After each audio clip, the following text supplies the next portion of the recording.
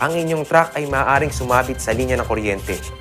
Dahilan para dumaloy ang kuryente sa inyong sasakyan at pagmulan ng disgrasya o pagkamatay.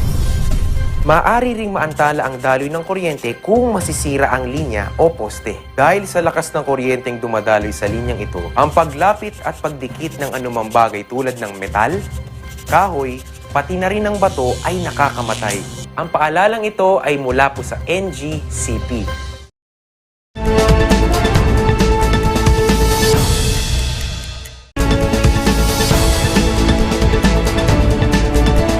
Narito na ang mga nagpapagang balita. Pagsipa ng kaso ng COVID-19 sa Baguio City, binabantayan matapos ang pagdagsa ng mga turista. College students na magbabalik sa face-to-face class dapat daw magrehistro sa PhilHealth. 6 patay, 2 kritikal sa aksidente sa Bautan Province. Kapistahan na inaasahang tutulong sa pagbangon ng Benguet mula sa pandemya, ilulunsan. World Food Expo muling nagbalik sa Baguio City.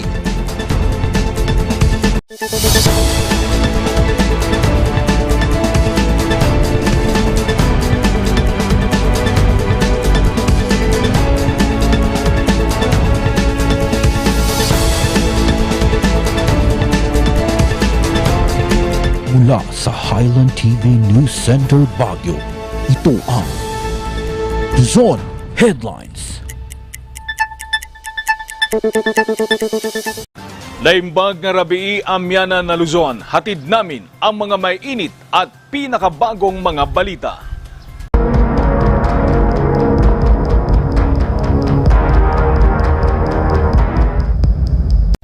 Dahil sa pagdagsa ng mga turista sa Baguio City noong Semana Santa, binabantayan ngayon ang posibleng pagsipa ng kaso ng COVID-19. Magbabalita si Charles Limon. 87,262. Ito ang kumpirmadong bilang ng mga turista sa Baguio noong Huwebes Santo hanggang Linggo ng pagkabuhay. Ito'y mas mataas sa orihinal na taya ng pamalang lungsod na 65,000.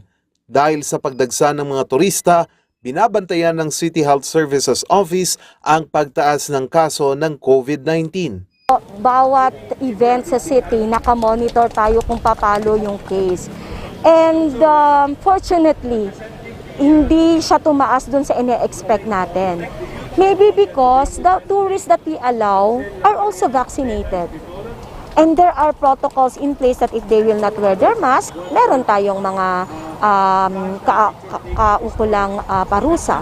So nakapag-establish tayo nakapag-send tayo ng message to the tourists that when you're in Baguio, it will be totally different. Handa raw ang Baguio sakaling tumaas ang kaso ng COVID-19. We are now prepared compared to March 2020. Systems are in place, manpower, beds, everything is systems, digital tracker, etc. Naka-in place na lahat yan. So any uptick there, etc. will be addressed accordingly. Una nang nagbabala ang Department of Health sa posibleng pagtaas ng mga kaso. Especially ngayon pong Holy Week, na obserbahan po natin yung mga videos na kumalat sa social media kung saan mga parties na ginawa sa iba't ibang lugar na talagang wala na po, siksika na at wala na pong nakasuot ng mask. This kind of risk factors can contribute to the increase in cases. Pero kahit dagsa, nananatiling walang limit pagdating sa bilang ng mga turistang papasok sa Baguio. Wala pa rin kasing inilalabas na resulta sa pag-aaral ng pamalang lungsod sa threshold capability kaugnay sa pagsipa ng mga kaso at mobility kapag tinanggal ang limit ng mga turista. Sa ngayon, halos wala ng karagdagang kaso ng COVID-19 o mga namamatay ang naitatala sa lungsod simula noong nakaraang linggo. Charles Nicolimon para sa Luzon Headlines. Bagong requirement ngayon sa mga college students na magbabalik sa face-to-face class ang pagpaparehistro sa PhilHealth. Umaangal naman ang ilang estudyante. Magbabalita, Ren de Guzman. Huling taon na sa kolehiyo ni Jericho sa susunod na school year. Excited na siyang magbalik sa face-to-face class. Kaya lang, problema niya, hindi pa siya miyembro ng PhilHealth. Isa kasi ito sa karagdagang requirement para sa mga college student na magbabalik sa face-to-face class. Department of Health at ang Commission on Higher Education ay nagkaroon ng isang Memorandum of Understanding na kung saan ang PhilHealth ay i-require sa lahat ng mga estudyante na mag-a-attend na ng kanilang limited face-to-face class or sessions. Ano po, Ms. Ren?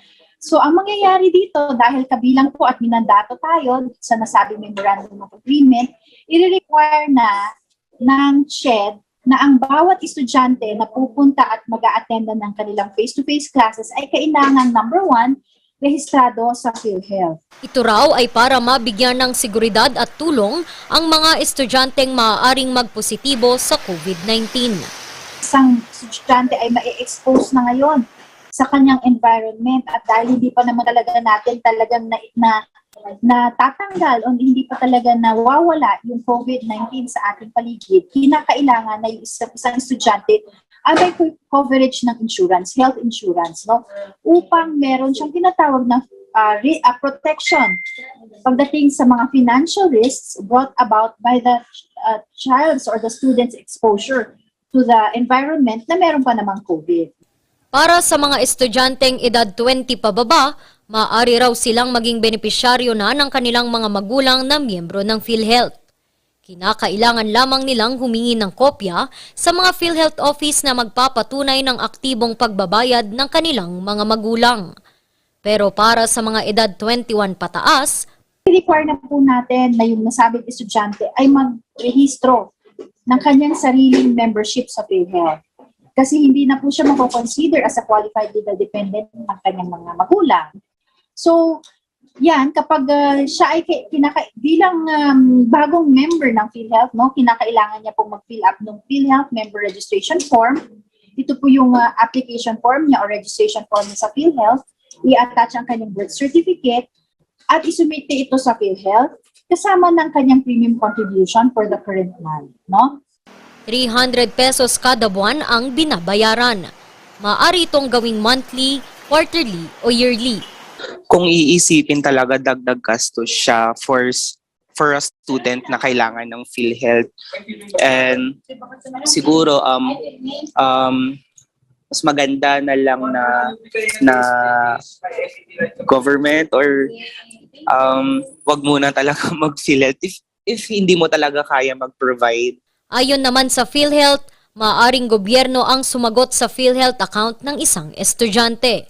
Estudyante or ang mga kababayan natin, hindi lamang po estudyante, kababayan natin na wala pong kakayanan na magbayad ng kanilang premium contributions. Nasa ospital na po sila. Ano po? At they are considered financially incapable as determined by the social welfare officer of a certain healthcare facility that is accredited by PhilHealth, ay maaari pong masama doon sa kapag na-assess na po sila at talagang wala naman po silang kakayanan, sila po ay mapapabilang as a PhilHealth member at subsidize ang kanilang premiums ng ating pamahalaan. Sa mga nais magparehistro, magtungo lang sa PhilHealth.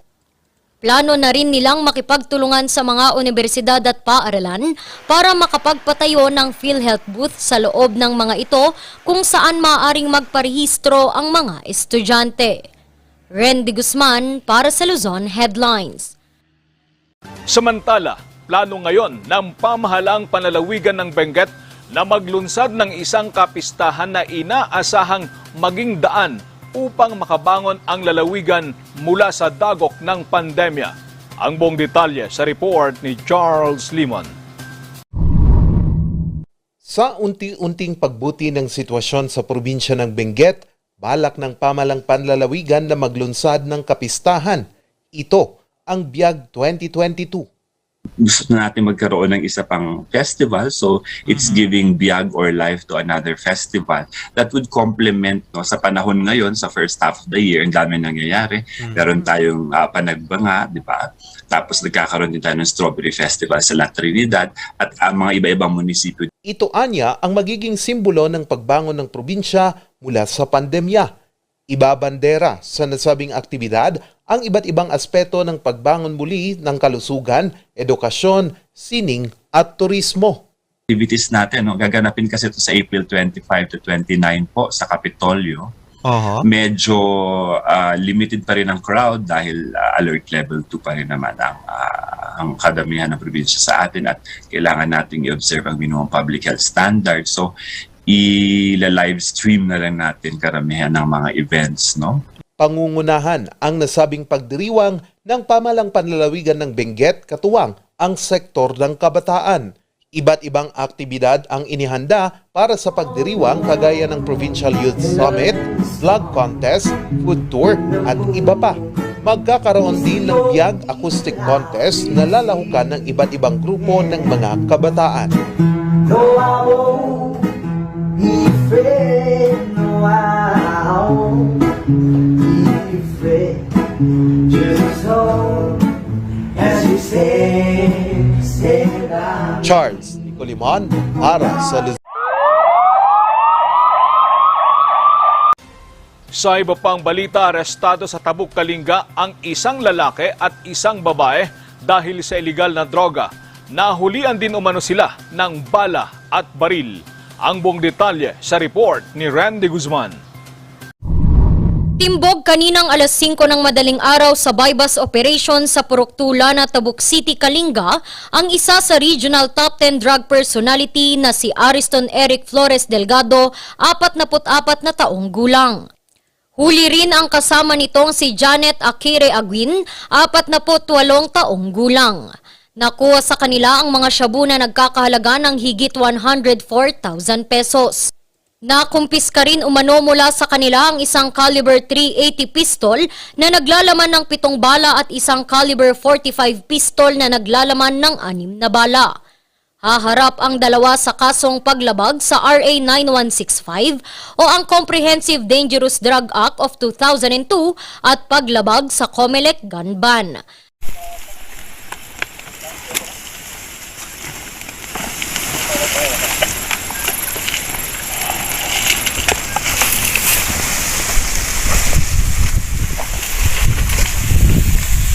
Tatlong marijuana plantation naman ang nadiskubre sa Barangay Badeo, Kibungan, Benguet. Binunot at sinunog ang lahat ng tanim na marijuana na nagkakahalaga ng 560,000 pesos.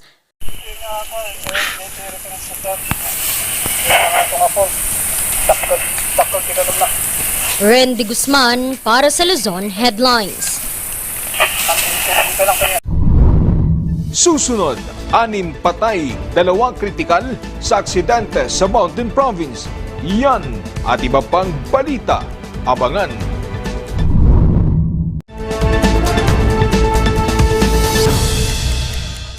Probinsyano ako, party list. Number 25 sa inyong mga balota. Probinsyano ako. The Renewable Energy Resource of the Philippines, si Mig Subiri, ang nag-akda ng Renewable Energy Act na nagpasok ng 1 trilyong pisong pondo na nagbigay ng trabaho sa halos 3 milyong Pilipino, nagdala ng liwanag sa milyon-milyong tahanan at nagpaunlad sa libu-libong komunidad sa Pilipinas. Pangako sa inyo mga kababayan, sa tulong ninyo, itutuloy natin ang pagsulong ng mga batas tulad nito.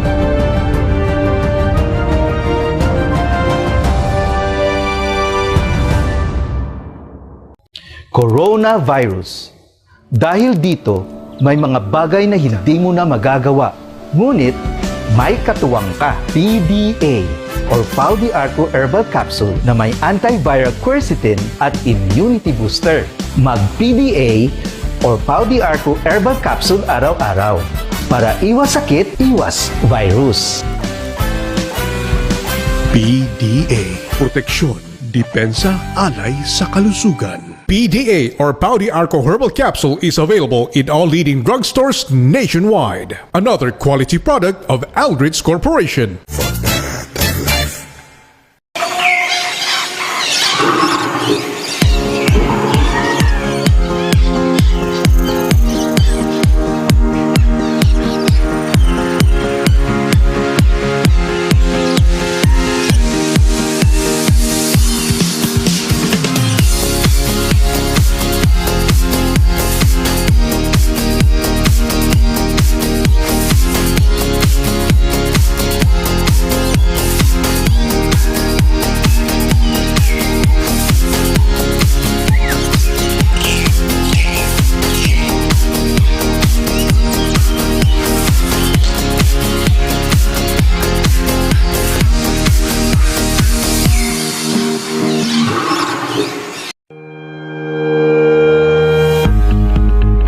Baguio Country Club, the first and only 5-star mountain resort in the Philippines, is fully equipped and ready to welcome you back.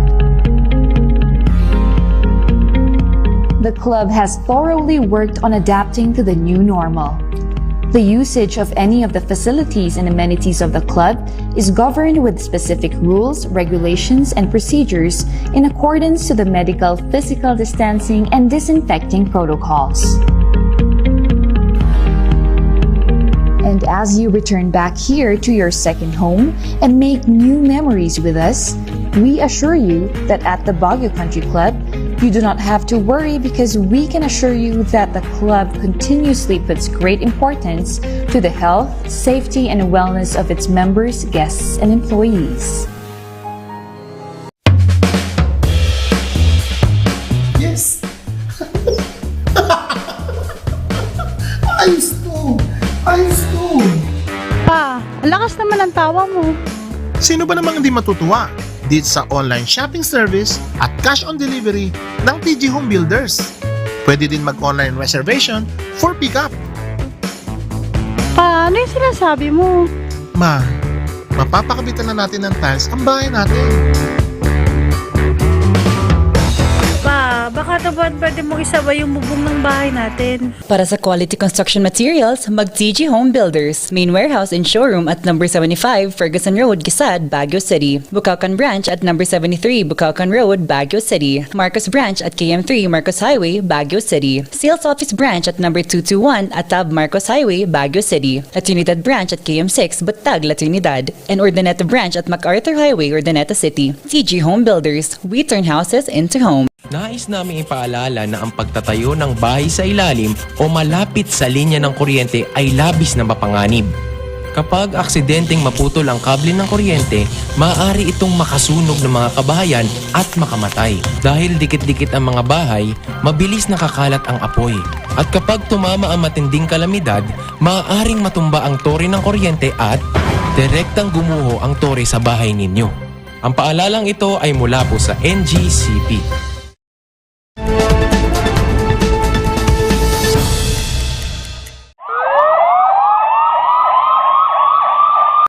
Anim ang patay at 2 ang nasa kritikal na kondisyon matapos malaglag sa bangin ang kanilang sasakyan. Magbabalita, Randy Guzman. Dead on the spot ang 6 na estudyante matapos malaglag ang kanilang sinasakyang Tamaraw FX sa bangin ng Sitio Bunga, Basao Mountain Province. May lalim itong 100 metro. Kinilala ng PNP ang mga biktima na sina Rema Sumingwa, 18 years old, Merly Dokyogen, 17 years old, Lendel Keith Alfonso, 19 years old, Hazel Solang, 19 years old, Lipaw Aligan, 21 years old, at driver na si Dalog Kawi Mangalay, 19 years old.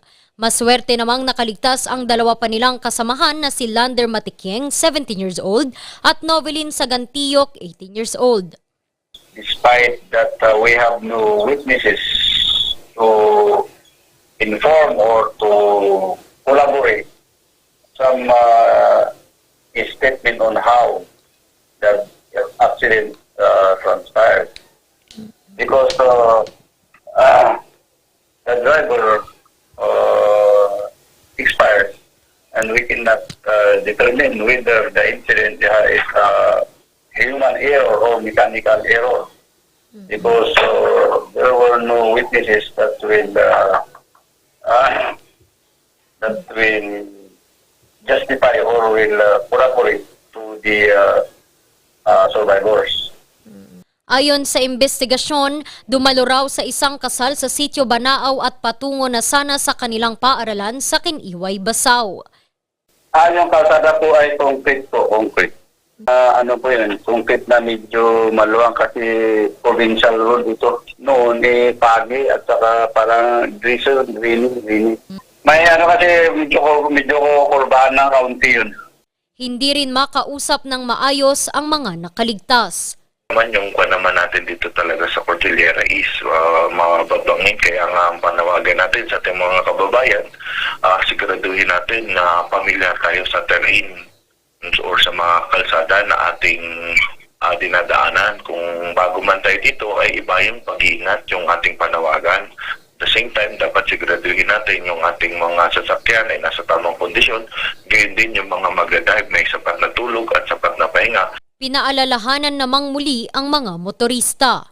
Patuloy pa rin ang ginagawang investigasyon at search and rescue operations para matiyak kung may iba pa silang mga kasama. Naiuwi na sa kanilang mga tahanan ng 4 sa mga nasawi habang nasa Basao District Hospital pa rin ang 2 pang bangkay. Kasalukuyan ring nagpapagaling dito ang 2 nakaligtas. Randy Guzman para sa Luzon Headlines.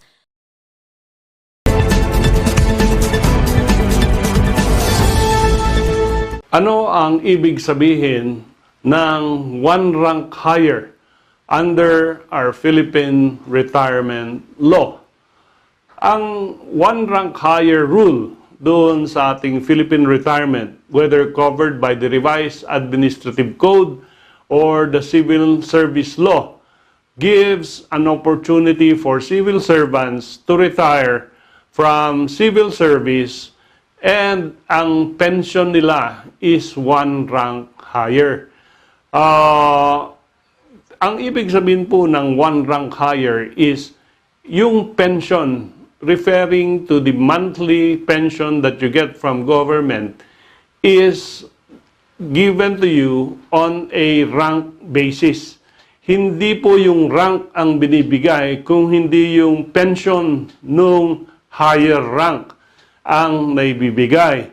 So pag ikaw ay nag-retire na colonel doon sa ating AFP or Philippine National Police, ang iyong pension ay one rank higher, meaning you will receive the emoluments and benefits of a general. Pero hindi po kayo general.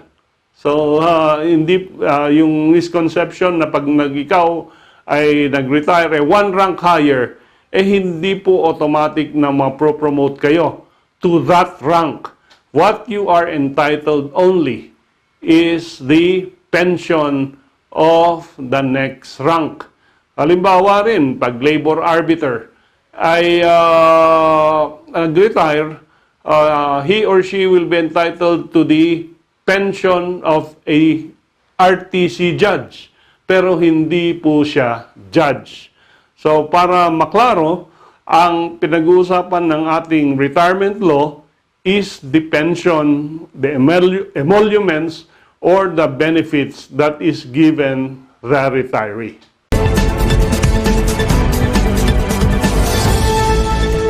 Ang bahaging ito ay hatid sa inyo ng Pines Estate and Gaming Corporation. World Food Expo muling nagbalik sa Baguio City.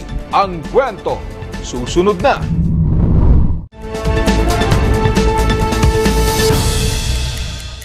Mula pa Oktubre nung nakarang taon, nagsimula na po akong mamasyal sa buong lalawigan ng Pangasinan.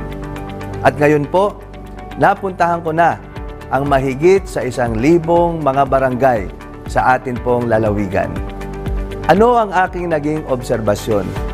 Napakarami pala sa ating mga kababayan ang naghihirap. Ngunit ano ang solusyon? Trabaho, trabaho at mas marami pa pong trabaho.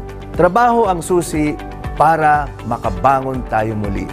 Ginawa na po natin yan sa 5th District of Pangasinan. Nagtayo po tayo ng isang economic zone. Nakapag-imbita po tayo ng isa sa pinakamalaking kumpanya mula po sa Japan. At ito ay nakapagdulot ng 10,000 trabaho. Gagawin din po natin yan sa buong lalawigan ng Pangasinan. Magtatayo pa tayo ng 3 pang economic zone. Para po sa loob ng 5 taon, ito po ay makakapagbigay ng karagdagang 50,000 jobs para po sa mga Pangasinense. Hindi ito pangako. Ito po ang aking trabaho. Ako, si Ramon Gico III, kasama nyo sa pagtupad ng pangarap para sa maunlad na Pangasinan.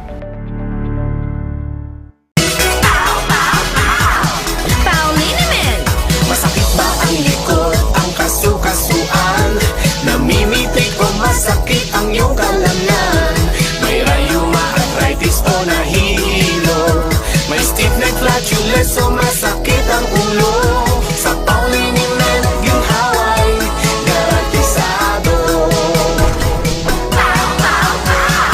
accompaniment, isang pahid ka lang. Dahil walang out sa BAO!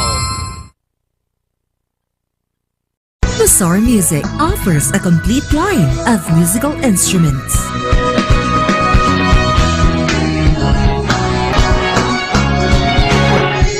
Bazaar Music, Baguio's pioneer in online music and art lessons.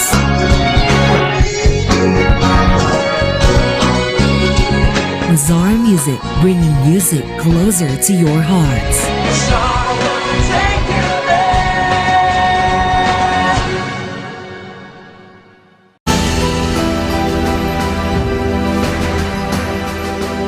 I will fight for boosting of our tourism industry.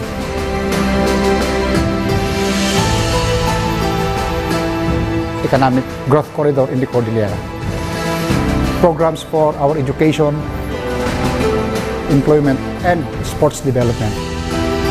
Ang tao talagang maninindigan yan para sa kanyang kabuhayan at kinabukasan.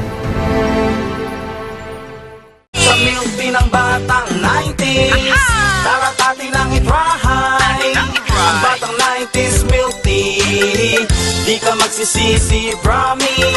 Sa milk tea ng batang 90s. Salamat kay Senator Migs dahil natulungan niya ang aming negosyo ngayong pandemic dahil sa Bayanihan Act. Salamat Senator Migs. Hulog ka ng langit sa industriya namin. Sa lahat kaming magsasaka ng tubo sa buong Pilipinas. Salamat kay Senator Migs at itinaguyod niya ang karapatan ng aming kooperatiba. Salamat Senator Migs sa pagbigay ng malakas na ngipin sa anti-hazing law. Tuloy-tuloy lang po ang serbisyo ng inyong trabahador sa Senado.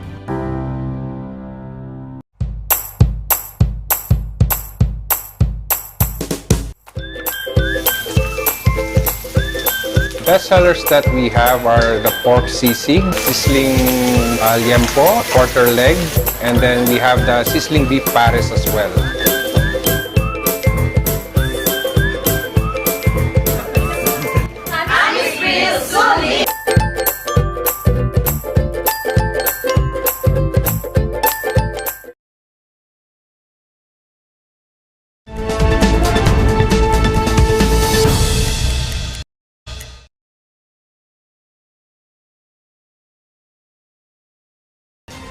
Pagkatapos ng 2 taon, muling nagbalik sa Baguio City ang World Food Exposition.